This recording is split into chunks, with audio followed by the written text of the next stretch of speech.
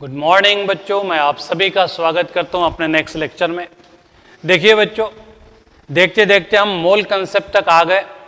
अब इस लेक्चर मतलब अपना ये लास्ट लेक्चर है, इसके बाद बहुत ही इंपॉर्टेंट टॉपिक हम शुरू करने जा रहे हैं, दैट इज मोल कंसेप्ट। अब कल के लेक्चर में हमने देखा है परसेंटेज अबंडेंस ऑफ आइसोटोप क्या होता है and percentage of abundance of isotope मालूम हो गया तो हम एवरेज एटॉमिक मास कैसे निकाल सकते हैं। तो हमने देखा एटॉमिक मासेस को मेजर किया, ग्राम किलोग्राम में उनके मासेस मेजर करना हमारे लिए बहुत डिफिकल्ट है। उस जमाने में हमारे पास उतने सेंसिटिव बैलेंस भी नहीं थे। हाँ, आज के तारीख में हमारे पास बैलेंसेस है, हम सिंगल एटम सिंगल इलेक्ट्रॉन का भी मास मेजर कर सकते हैं, ऐसे इंस्ट्रूमेंट हमारे पास है। लेकिन उस जमाने की हम बात कर रहे हैं जहां टेक्नोलॉजी ज्यादा डेवलप नहीं थी, इसलिए हमें फिर एटॉमिक मासेस मेजर करने के लिए रिलेटिव टेक्निक का सहारा लेना पड़ा। और रिलेटिव एटॉमिक मासेस मेजर करने के लिए फिर हमने अलग अलग स्टैंडर्ड लिए थे। हमने उन स्टैंडर्ड को वन बाय वन रिमूव किया, रिजेक्ट किया और लास्ट में हमने स्टैंडर्ड सिलेक्ट किया, कौन सा? कार्बन। कार्बन का एटॉमिक मास 12 कितना है किसी को पता नहीं है, लेकिन 12 फिक्स कर दिया गया, मन से फिक्स कर दिया गया। जब कोई वैल्यू को मन से फिक्स कर दिया जाता है तो उसे बोला जाता है आर्बिट्ररीली डिसाइडेड, बराबर है। तो किसी को भी कार्बन एटम का मास कितना है पता नहीं है, फिर भी हमने उसका मास 12 ठोक दिया है, बोल दिया है। क्यों 12 ही क्यों? क्योंकि उसमें 6 प्रोटॉन और 6 न्यूट्रॉन थे, इसलिए, बराबर है। तो आज carbon atom contains 6 proton and 6 neutron, that's why its mass is taken as considered as believed as 12, बराबर है। अब उसका मास अगर 12 है तो बाकी के एलिमेंट के मासेस को हमने कार्बन के मासेस के साथ कंपेयर किया और कंपेयर करके मासेस निकाले। लेकिन यहां पे एक प्रॉब्लम आ रहा था, अगर मैं 12 के साथ कंपैरिजन करूं तो कंपैरिजन कभी कभार होल नंबर आती है तो कभी कभार फ्रैक्शनल आती है, और हमें डर लगता है कैलकुलेशन से, और उसमें भी अगर नंबर फ्रैक्शनल होते हैं तो कैलकुलेशन और भी पेचीदा होता है, डिफिकल्ट होता है। तो इस प्रॉब्लम को सॉल्व करने के लिए हमने relative masses of other elements निकाले, लेकिन उसको हमने कार्बन के मास के साथ कंपेयर नहीं किया, हमने उन्हें कंपेयर किया 1/12 of mass of 1 carbon atom के साथ, मतलब 1/12 ऑफ 12 के साथ, मतलब 1 के साथ।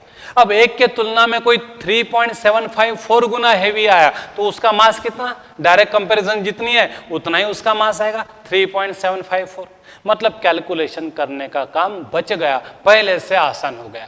इसलिए आज जो हम स्टैंडर्ड लेते हैं रिलेटिव एटॉमिक मास मेजर करने के लिए वो 12 नहीं है, क्या है? 1/12 ऑफ 12 है, that is 1/12 of mass of 1 carbon atom of C12 isotope है। इसलिए हमने एटॉमिक मासेस का फार्मूला देखा था, क्या है? relative atomic mass is equal to mass of one atom of the element to the 1/12 of mass of 1 carbon atom of C12 isotope। जिस तरह से हम एटॉमिक मासेस निकालते हैं ठीक उसी तरह से मॉलिक्यूलर मासेस भी हम निकालते हैं। मॉलिक्यूलर मासेस की भी मैंने डेफिनेशन बताई थी आपको, क्या है मॉलिक्यूलर मास। अब जाहिर है कि एटॉमिक मासेस, मॉलिक्यूलर मासेस या कोई भी मास हो रिलेटिवली ही मेजर किया जाता है, तो रिलेटिव बोलने की जरूरत नहीं है। जब भी मैं मॉलिक्यूलर मास बोलूंगा तो आपने समझ लेना चाहिए कि वो क्या है, रिलेटिव है। तो रिलेटिव मॉलिक्यूलर मास बोलो या सिंपली मॉलिक्यूलर मास बोलो, वन एंड द सेम है। तो molecular mass is equal to क्या है? Mass of one molecule of the substance to the 1/12 of mass of 1 carbon atom of C12 isotope. इस ratio को हम मॉलिक्यूलर मास कहते हैं। तो इस तरह से हमने 1/12 of mass of 1 carbon atom of C12 isotope के साथ बाकी के एटम्स हो या मॉलिक्यूल्स हो उनके मासेस को कंपेयर किया और कंपेयर करके मासेस निकाला। इन्हें हम बोलते हैं रिलेटिव एटॉमिक मासेस या रिलेटिव मॉलिक्यूलर मासेस, या simply atomic masses molecular masses बोल भी दिया तो चलेगा। अब खास बात इनकी यह है कि ये कंपैरिजन से तैयार हुए हैं, कंपैरिजन से मिले हैं, इनको कोई यूनिट नहीं रहता। इसलिए आप भी आदत डाल दे कि एटॉमिक हो या मॉलिक्यूलर मास हो उनके सामने कोई भी यूनिट नहीं लिखना, ना AMU, ना यूनिफाइड मास का U, और ना ही kg का kg और ग्राम का G, बराबर है। तो आपको कोई भी यूनिट नहीं लिखना है, क्योंकि all the masses are relative in nature, जो भी रिलेटिव रहता है उसको कोई यूनिट नहीं रहता। इसलिए atomic masses and relative molecular masses are unitless quantities. They are just represented by a magnitude and that magnitude gives us idea that how many times that atom or that molecule is heavier as compared to the 1/12 of mass of one carbon atom of C12 isotope. अगर किसी का atomic mass बोलो या molecular mass बोलो 20 आता है, मतलब वो 20 गुना हेवी है. किससे 20 गुना हेवी है? 1/12 of mass of one carbon atom of C12 isotope से. मतलब 1/12 ऑफ 12 से वो 20 गुना हेवी है, मतलब वो 1 से 20 गुना हेवी है. ऐसा उसका मतलब होता है. फिर हमने एटॉमिक मासेस देखे, ढेर सारे एलिमेंट्स के, मतलब जितने भी ज्ञात थे सब एलिमेंट के हमने एटॉमिक मासेस निकाले. लेकिन प्रॉब्लम अराइज हुआ जब हमें आइसोटोप्स मालूम हुए. अब मैं आपको एक सवाल पूछूंगा, आप मन ही मन में उसका आंसर दोगे. आइसोटोप ये सबसे पहले किसने ढूंढ निकाले थे? किसको किसको याद आ रहा? देखो थोड़ा सा मन ही मन में सोचो, किसने आइसोटोप को डिस्कवरी की? आइसोटोप ये शब्द सबसे पहली बार किसने यूज किया था? तो उसका नाम F से शुरू होता है. देखो याद आ गया, फेडरिक सोडी नाम के साइंटिस्ट ने आइसोटोप ढूंढ निकाले. अब ये आइसोटोप की वजह से हमारा प्रॉब्लम और भी बढ़ गया कि भाई मॉलिक्यूल का मास जब निकालेंगे तो उसमें एटम का कौन सा आइसोटोप है. जब तक ये मालूम नहीं होगा तब तक हम मॉलिक्यूलर मास नहीं बताएंगे. अब मॉलिक्यूल तो टाइनी बात है, इतने छोटे हैं कि इलेक्ट्रॉन माइक्रोस्कोप से भी दिखते नहीं है. फिर हम उनके मासेस को कैलकुलेट कैसे करेंगे? अब उनके मासेस को कैलकुलेट कैसे किया जाएगा? क्योंकि मॉलिक्यूल के अंदर उस एलिमेंट का कौन सा आइसोटोप है ये हमें कैसे पता चलेगा? अब हर बार हम इतने माइन्यूट लेवल पे, इतने माइक्रोस्कोपिक लेवल पे तो नहीं जा सकते, और उतनी सारी सामग्री भी, उतनी सारी डेवलप लैब भी अपने पास नहीं होगी. तो हम क्या करेंगे? तो ऐसे सिचुएशन पर फिर हमने आंसर निकाला कि क्यों ना हम आइसोटोप के एवरेज मासेस लेंगे. अगर एवरेज मासेस लेंगे तो ना तो हमारा आंसर एकदम सही आएगा और एकदम से गलत भी नहीं आएगा, सही के नजदीक आएगा. बराबर है. तो हमें आंसर टेंटेटिव भी मिला तो बहुत अच्छा है. बराबर है. हमें आंसर एकदम सटीक नहीं मिला तो चलेगा, लेकिन सटीक आंसर के लगभग आंसर, नियर अबाउट आंसर मिल जाएगा तो चल जाएगा. तो इसलिए एक ऐसा एडवाइस दिया गया कि जिस जिस एलिमेंट को आइसोटोप्स अवेलेबल है उनके हम क्या करेंगे? एवरेज एटॉमिक मासेस निकालेंगे. तो एवरेज एटॉमिक मासेस कैसे निकाला जाता है वो भी हमने देखा. तो सबसे पहले हमें एबंडेंस यानी क्या मालूम चाहिए. तो हमने एबंडेंस देखा था. एबंडेंस यानी नेचर में मिलने की पॉसिबिलिटी, नेचर में निसर्गात सापडण्याची शक्यता, वो हमने परसेंटेज में एक्सप्रेस की. तो कैसे एबंडेंस निकाला जाता है? समझो हमने किसी एलिमेंट के 500 एटम कलेक्ट किए और 500 में से 300 एटम XYZ आइसोटोप के हैं. तो 500 में से 300 एटम एक आइसोटोप के, तो उसका परसेंटेज कितना? 500 में से 300, तो फिर 100 में से कितना? तो ये फार्मूला तैयार होता है. तो परसेंटेज अबंडेंस ऑफ आइसोटोप का हमने फार्मूला ऑलरेडी देख लिया है, और एक बार और देख लीजिए, फोकस कर दीजिएगा इधर. Percentage abundance of isotope is equal to number of atoms of that isotope found upon total number of atoms collected sampled into क्या है 100. तो हम एट रैंडमली एक स्पेसिफिक नंबर ऑफ एटम को कलेक्ट करेंगे और एक स्पेसिफिक नंबर ऑफ एटम को कलेक्ट करने के बाद फिर उसको एग्जामाइन करेंगे, उसमें कितने कितने एटम्स है XYZ आइसोटोप के. बराबर है.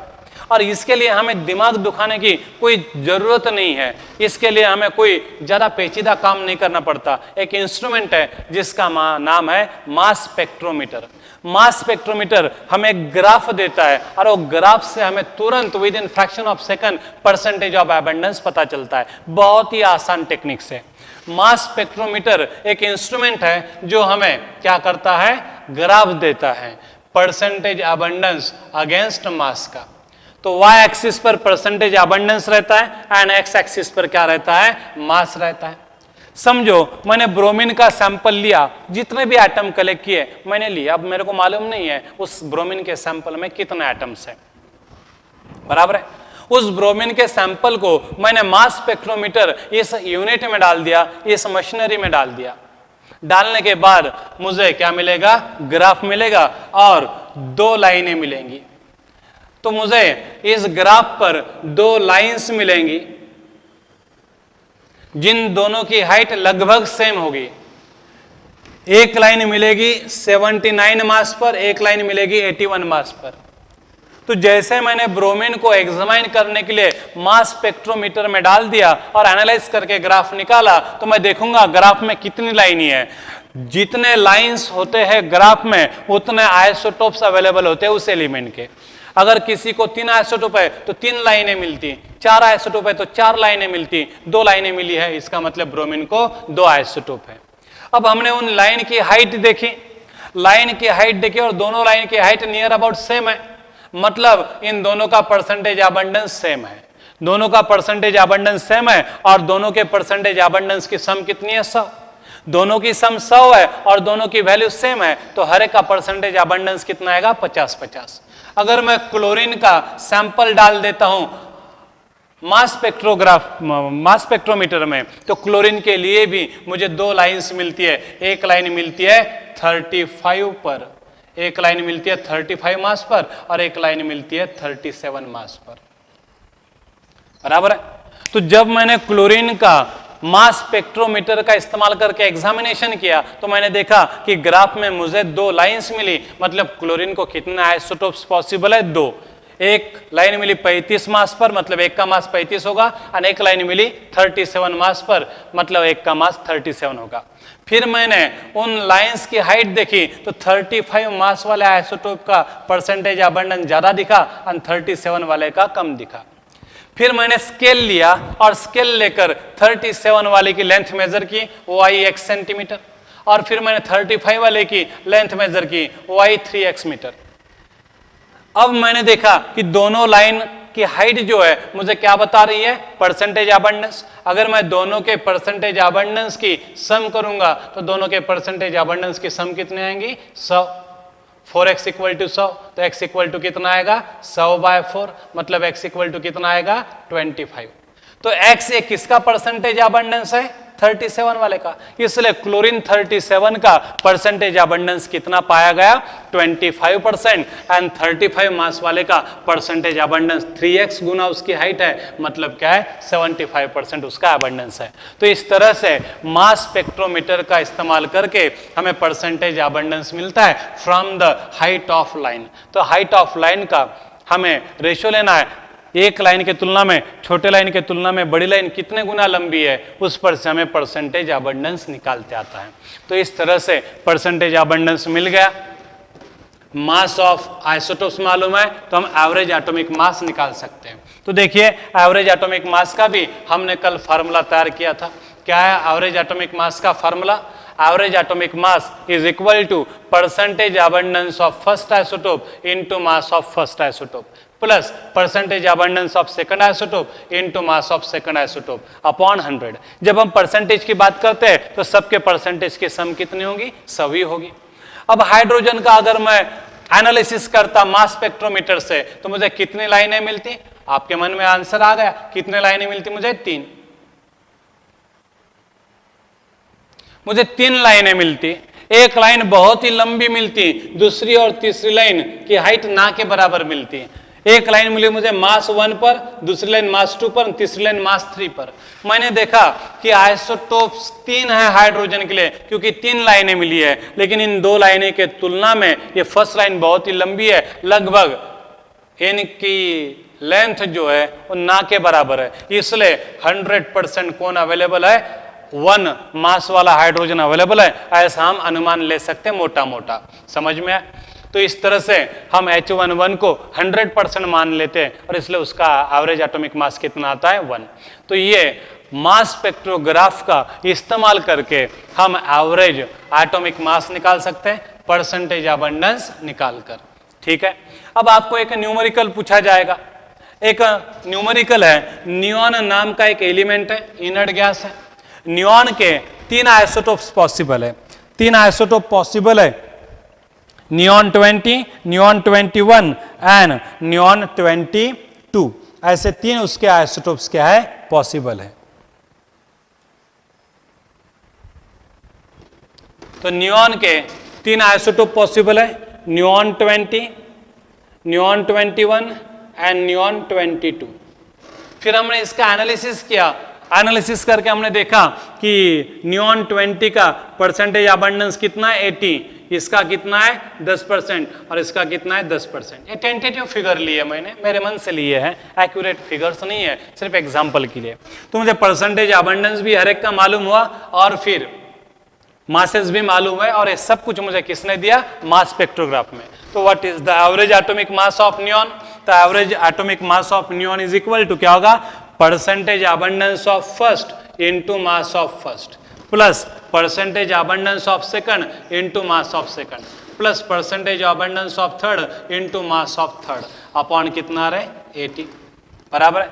इसको मैं सॉल्व करूंगा तो ये कितना आता है 1600, ये कितना आता है 210 और ये कितना आता है 220 अपॉन कितना 100।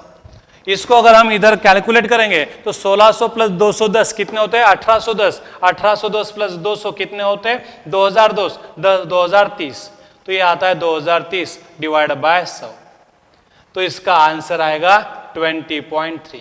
तो what is average atomic mass of neon then 20.3। जब हम 20.3 इस मास का इस्तेमाल करेंगे तो हमारा आंसर एकदम सही तो नहीं आएगा लेकिन एकदम गलत भी नहीं आएगा, उल्टा एक्यूरेट आंसर के बहुत करीब आएगा।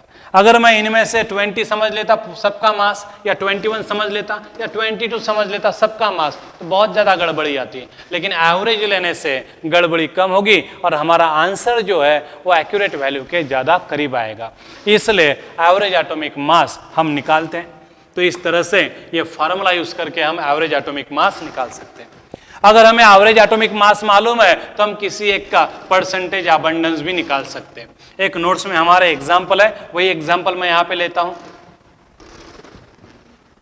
समझो क्लोरीन के दो आइसोटोप्स है 35 and 37 and average atomic mass of chlorine जो आया है वो 35.5 आया है। Calculate percentage abundance of both, calculate percentage abundance of both. तो देखो भाई सवाल ऐसा है, you have two isotopes of chlorine, chlorine 35 and chlorine 37 and average atomic mass of chlorine is found to be 35.5, then calculate percentage abundance of both the isotope। तो आप क्या करेंगे, तो ऐसे सवाल को सॉल्व करने के लिए हमें क्या करना पड़ेगा, let us consider that percentage abundance of, मैं परसेंटेज ये लिखता हूं, percentage abundance of Cl35 is कितना आ रहा है x बराबर है, परसेंटेज abundance ऑफ Cl37 कितना होगा। अब क्लोरीन को दो ही आइसोटोप है, तो दोनों के परसेंटेज abundance की सम कितनी आएगी 100, दोनों के परसेंटेज abundance की सम आएगी 100, एक की x है तो दूसरे की कितनी होगी, दूसरे की परसेंटेज abundance की वैल्यू होगी 100 माइनस x। दो आइसोटोप है तो दोनों के परसेंटेज abundance की सम 100 आएगी, एक का परसेंटेज abundance x है दूसरे का मालूम नहीं है, तो x plus question mark equal to 100, तो क्वेश्चन मार्क की वैल्यू क्या आएगी 100 माइनस x, इसलिए परसेंटेज abundance ऑफ Cl37 कितना आएगा 100 माइनस x आएगा। अब परसेंटेज abundance मिल गए, मासेस भी मिल गए, एवरेज एटॉमिक मास भी मिल गया, तो अभी फार्मूले में हम वैल्यू डाल देंगे। तो average atomic mass is equal to percentage abundance of first into atomic mass of first plus percentage abundance of second into atomic mass of second upon क्या रहे 100। इस 100 को मैं इधर भेज देता हूं तो कितना आएगा 3550, 35 इंटू एक्स कितना आएगा 35x प्लस 100 इंटू 37 कितना आएगा 3700 माइनस x इंटू 37 कितना आएगा माइनस 37x। तो अब मैं इस सॉल्व करूंगा 3550 is equal to minus 2x plus 3700। अब इसको हम क्या करेंगे, माइनस 2x को उधर भेज देंगे, minus 2x is equal to 3700 minus 3550 बराबर है। तो माइनस 2x इधर जाएंगे तो क्या होगा भाई प्लस होगा, या माइनस 2x इधर गए तो क्या होगा प्लस होगा। तो 2x इधर भेज दिया प्लस हो जाएगा, 2x इक्वल टू 3700 माइनस 3550, तो 2x इज इक्वल टू कितना आ रहा है 150, तो x इज इक्वल टू कितना है 75। What is x, percentage abundance of Cl35 उसकी वैल्यू कितनी है 75, तो जाहिर है दूसरे की कितनी आएगी 100 माइनस 75 यानी 25। तो इस तरह के भी हमें न्यूमेरिकल्स पूछे जाते हैं। तो ये परसेंटेज अबंडेंस ऑफ आइसोटोप्स पता है तो हम एवरेज एटॉमिक मास निकाल सकते हैं और ऐसे न्यूमेरिकल्स हम सॉल्व कर सकते हैं। तो कल के लेक्चर में मैं आपके लिए एक दो न्यूमेरिकल और लेके आऊँगा, ज़्यादा डिफिकल्ट नहीं है इसलिए ज़्यादा हम प्रैक्टिस भी नहीं करेंगे, एक दो न्यूमेरिकल्स ले लेते हैं और बाद में फिर हमारा मोस्ट अवेटेड टॉपिक जो है मोल कंसेप्ट उसे स्टार्ट कर देते हैं। धन्यवाद बच्चों, thank you, have a good day.